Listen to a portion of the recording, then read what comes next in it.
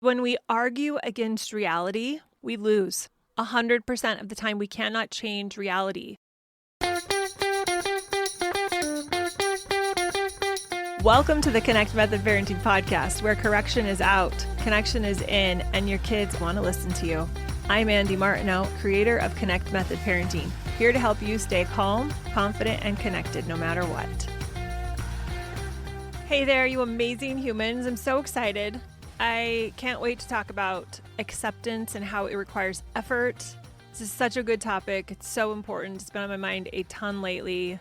And this isn't just a casual topic for me. It's something I've lived through in my own parenting journey. And I would say it's also a cornerstone of Connect Method Parenting. In fact, in chapter 3 of my book, I talk about how nothing has gone wrong here, which is really about accepting reality as it is rather than fighting against it. And today I want to dive deeper into why acceptance is so powerful, why it's so challenging, and why it's absolutely worth the effort. Because here's the truth. Acceptance is not passive. It's not about giving up. It's actually one of the most active, intentional choices we can make as a parent. So grab something to drink and take care of whatever you need to take care of, because we're going to have a really beautiful conversation. I guess take me along with you on your walk, your run, your drive. We are here.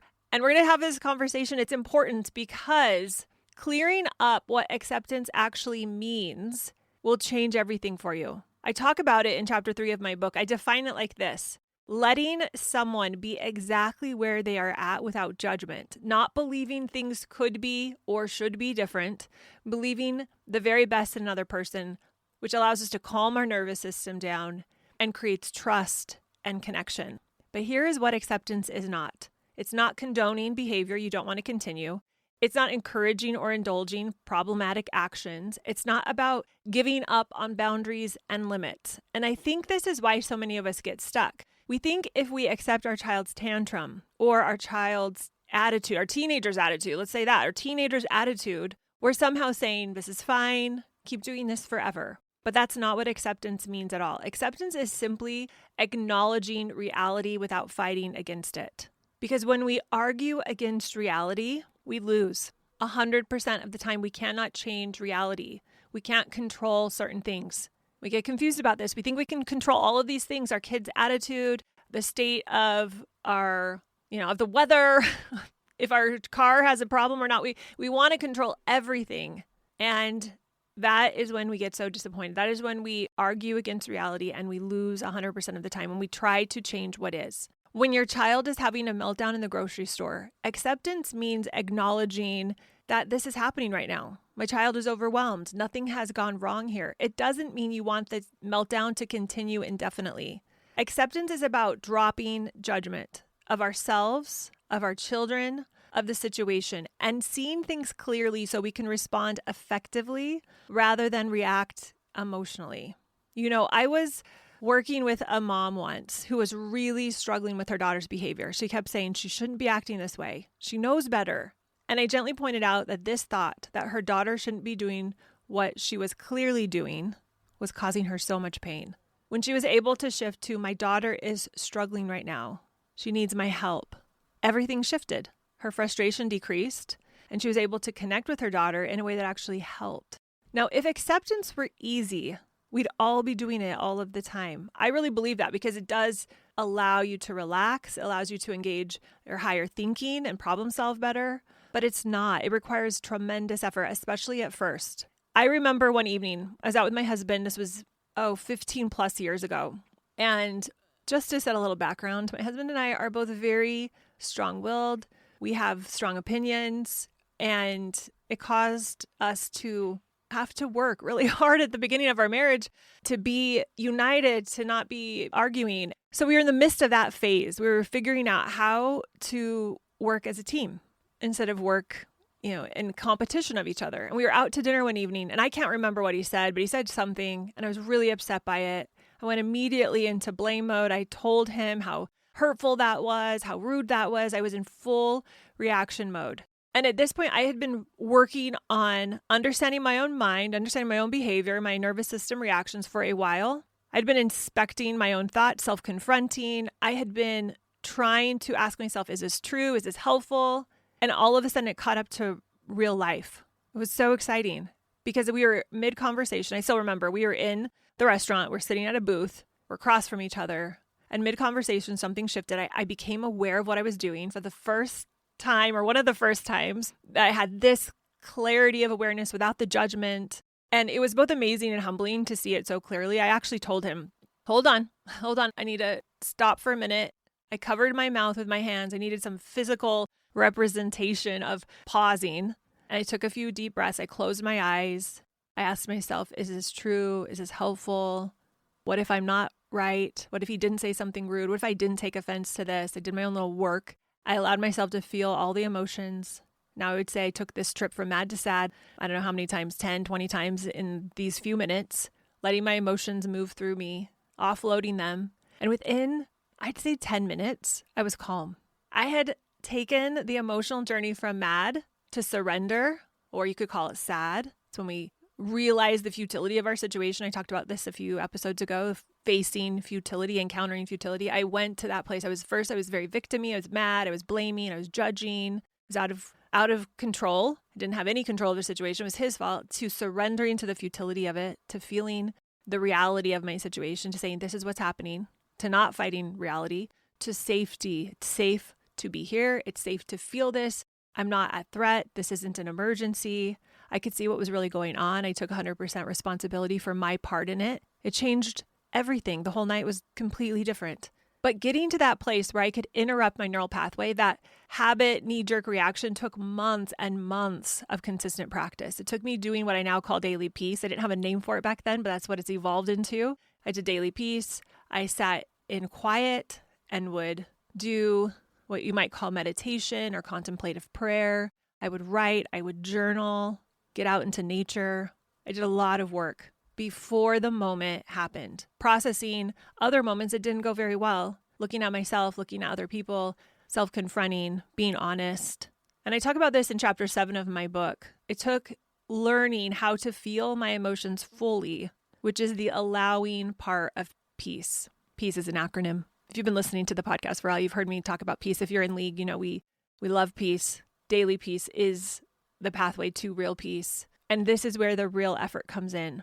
And it's not just in parenting or marriage where this shows up. I want to share this story of Viktor Frankl. He was a psychiatrist and Holocaust survivor. He wrote the book Man's Search for Meaning, one of the most important books I've ever read. Frankl was imprisoned in Auschwitz, stripped of everything, his freedom, his family, even his name. And yet in the midst of that suffering, he discovered something remarkable, that no one could take away his ability to choose how he responded. And he wrote this, I'm going to quote it. He said, everything can be taken from a man, but one thing, the last of the human freedoms, to choose one's attitude in any given set of circumstances. He didn't just accept injustice or pain as okay, but he did accept the reality of it. He stopped resisting what was, and in doing so, he reclaimed his agency. His clarity and sense of meaning came through acceptance. That's where it came, not by his circumstances, by his acceptance. Frankl's story is such a powerful reminder to me, such a good example of what emotional maturity, what complete freedom looks like, emotional freedom, ultimate transformation. And it all begins with this kind of courageous acceptance. In my book, I think it's in chapter 8, I share something where I say emotions are the fuel. They drive everything we do. When we can accept our emotions without judgment, we gain authority over them instead of being controlled by them. But that takes work. It takes effort.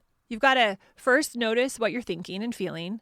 Then you've got to not judge yourself for your thoughts and your feelings. Then you have to allow the emotions to move through your body, to accept them, to actually feel the emotions, which is different than just having emotions. We have to feel it. That's the cognitive process of allowing ourselves to process, feel, and release the emotions, get back to safety. And then we have to stay present rather than distract ourselves by avoiding, by buffering, watching something. I used to buffer by cleaning as an attempt to avoid facing my reality.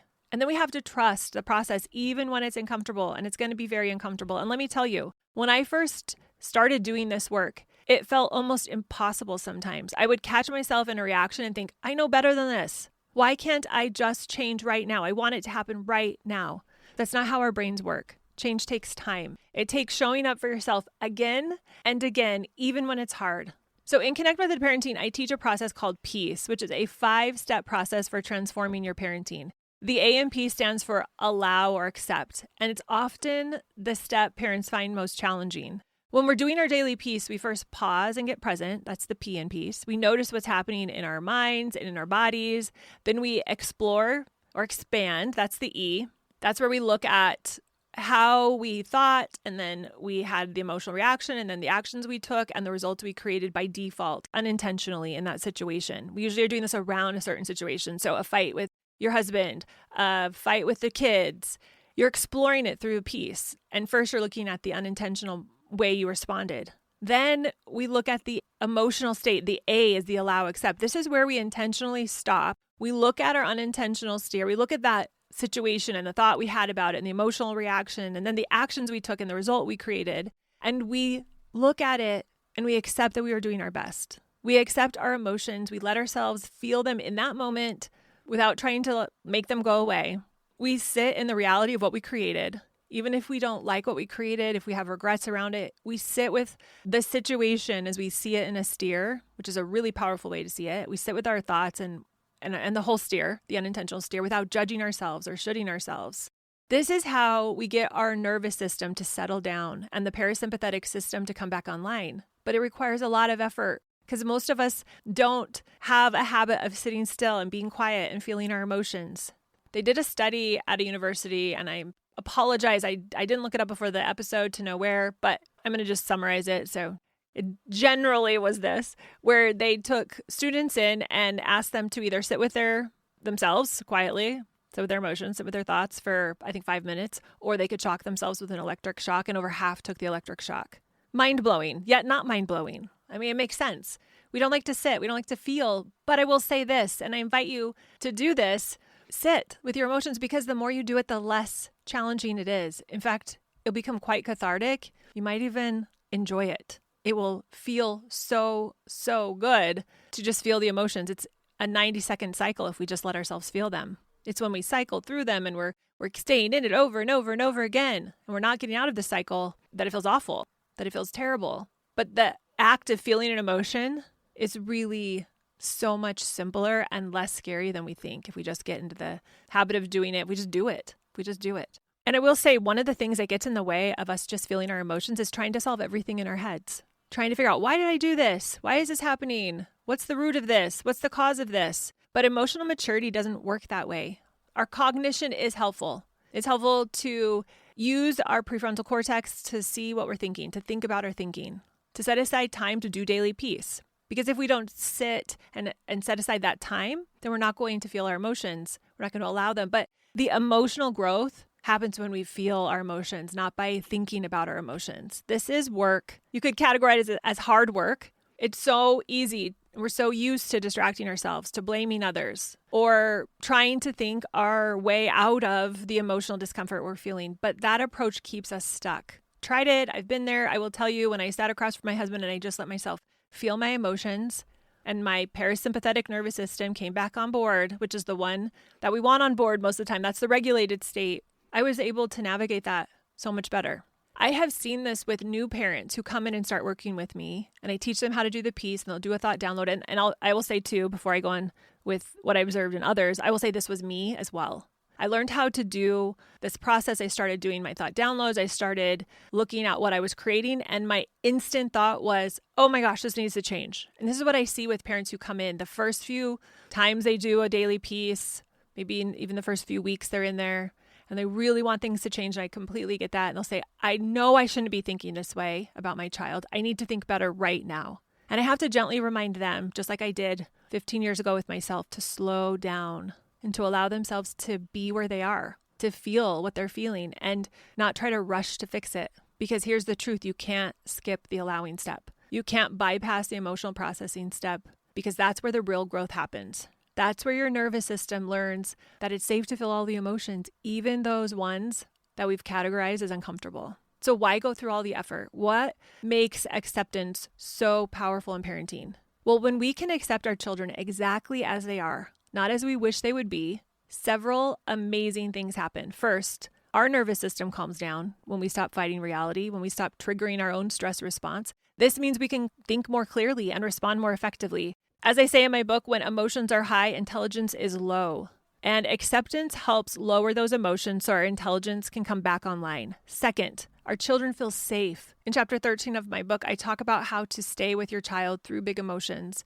Because when we can accept their emotions, their feelings without judgment, they will learn that all emotions are allowed and they don't have to hide any part of themselves. And that's amazing.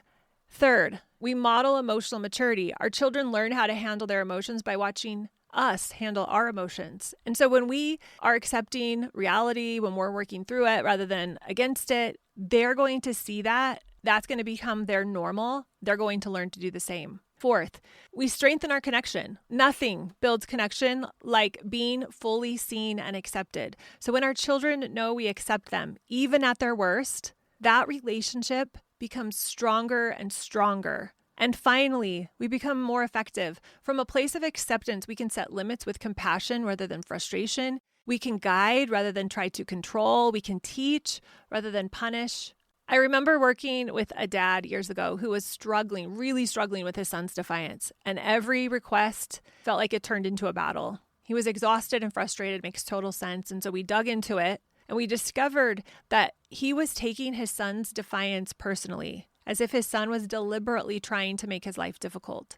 And once he was able to accept that his son wasn't being defiant to hurt him, that his son was just struggling and feeling controlled and having a hard time at school, there were a lot of layers to this. Everything began to shift when he accepted that his son was doing the best he could. He was able to approach the situation with curiosity instead of judgment. And he started giving his son more choices and autonomy where appropriate and as much as he could. And guess what? The defiance decreased dramatically. That's the power of acceptance. It changes how we see the situation, which changes how we respond, which changes the outcome, which is amazing. It's what we all want. It reminds me of the example of acceptance, one of the most profound examples of acceptance I've ever come across, and that's Nelson Mandela. He spent 27 years in prison under the apartheid. 27 years, you guys. That's so long. And when he was finally released, instead of choosing bitterness or revenge, he chose reconciliation. He once said, "As I walked out the door toward the gate that would lead to my freedom, I knew if I didn't leave my bitterness and hatred behind, I'd still be in prison." That kind of emotional maturity, that kind of acceptance, that's what I'm talking about. And yeah, that's an amazing example of it, but such a powerful example of it. To see that it's possible. What is possible for us as humans? And I love using these examples, Viktor Frankl, Nelson Mandela, because Nelson Mandela didn't accept apartheid as right. He didn't condone all the injustices that had been carried out, but he accepted his situation without letting it define his inner world. That acceptance gave him the clarity and the power to go on to lead a very divided nation towards healing.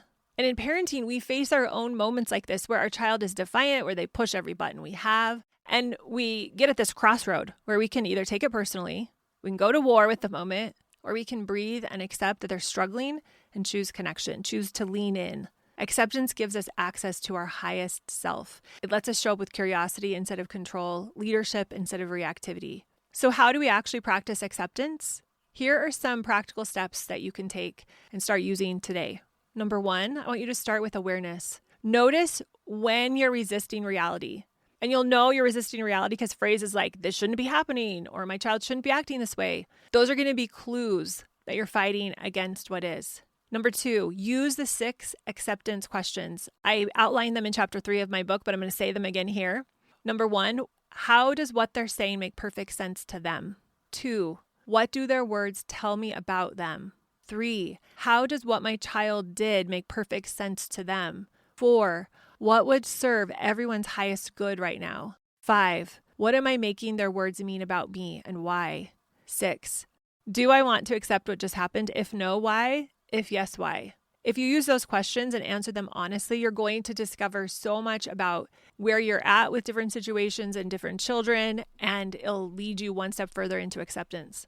All right, number 3, Practice the peace process daily. Set aside time every single day to go through all of those steps. If you're in League, you know exactly what to do. Open up the CMP app, go through peace. If not, do your best to do peace as you've heard me explain it on this podcast and in other episodes. Pay attention especially to the emotional part. Step A, the allow part, where you're accepting your emotions and you're giving yourself permission to feel whatever comes up. Step 4, don't try to accept the biggest challenge first.